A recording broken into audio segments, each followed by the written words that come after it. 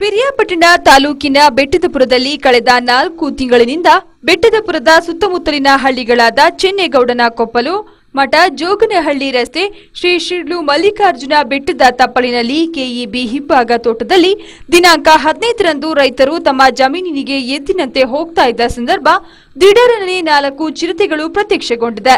ಇದನ್ನು ಕಂಡು ಭಯಭೀತರಾದ ಜನರು ತಕ್ಷಣವೇ ಅರಣ್ಯ ಇಲಾಖೆ ಮತ್ತು ಮಾಧ್ಯಮದವರಿಗೆ ವಿಷಯ ತಿಳಿಸಲು ಮುಂದಾಗಿದ್ದಾರೆ. ಸುದ್ದಿ ತಿಳಿದು ಸ್ಥಳಕ್ಕೆ ಧಾವಿಸಿದ ಅರಣ್ಯ ಇಲಾಖೆಯವರು ಚಿರತೆಗಳ ಹೆಜ್ಜೆ ಗುರುತನ್ನ ಮತ್ತು ಅವು ವಾಸಿಸುವ ಸ್ಥಳಗಳನ್ನು ಪರಿಶೀಲಿಸಿ ಬೆಟ್ಟದಪುರದ ಸೀತೆಮಂಟಿ ತಪ್ಪಲಿನಲ್ಲಿ ಬೋನುಗಳನ್ನು ಅಳವಡಿಸಲಾಗಿದೆ. ಈ ಸಂದರ್ಭ ಮಾಧ್ಯಮದವರೊಂದಿಗೆ ಮಾತನಾಡಿದ ರೈತರೋರ್ವರು ಕಳೆದ 4 ದಿನದ ಹಿಂದೆ ಸಂಜೆ 7:30 ವೇಳೆಗೆ ತಮ್ಮ ಸಾಕು ನಾಯಿಯನ್ನ ಚಿರತೆಯು ಕೊಂದು ಹಾಕಿ ಎಳೆದುಕೊಂಡು ಹೋಗಿದೆ. ಇದರಿಂದ ನಮಗೆ ಭಯವಾಗಿದೆ. ಆದ್ದರಿಂದ ಚಿರತೆಯನ್ನ ಅರಣ್ಯ ಇಲಾಖೆಯವರು ಹಿಡಿಯಲು ಮುಂದಾಗಬೇಕೆಂದು ತಿಳಿಸಿದರು.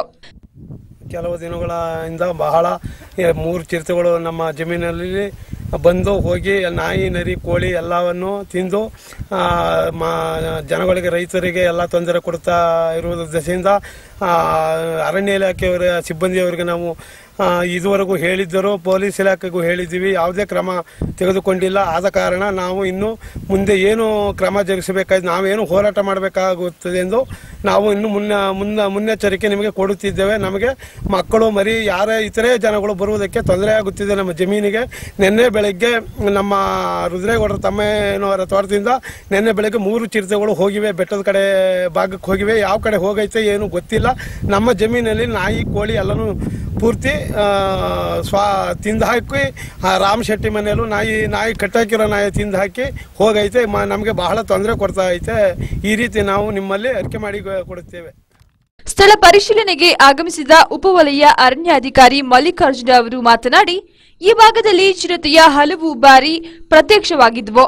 ಈ ಬಾರಿ ಚಿರತೆ ಹಿಡಿಯೋದಕ್ಕೆ ಬೋನನ್ನ ಅಳವಡಿಸಲಾಗಿತ್ತು. ಆದರೆ ಚಾಣಕ್ಯ ಚಿರತೆಗಳು ಬೀಳಲಿಲ್ಲ.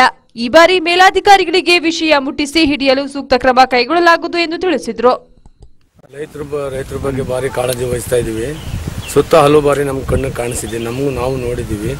ಅದು ಒಂದು ಜಾಗದಲ್ಲಿ ಇರೋದಿಲ್ಲ. ಅದಕ್ಕೋಸ್ಕರ ಇಲ್ಲೆಲ್ಲ ಹುಡುಕಿ ಪರಿಶೀಲನೆ ಮಾಡ್ತಾ ಇದ್ದೀವಿ. ಈ ವಿಚಾರವನ್ನು ಮೇಲಧಿಕಾರಿಗೆ ತಿಳಿಸ್ತೀವಿ.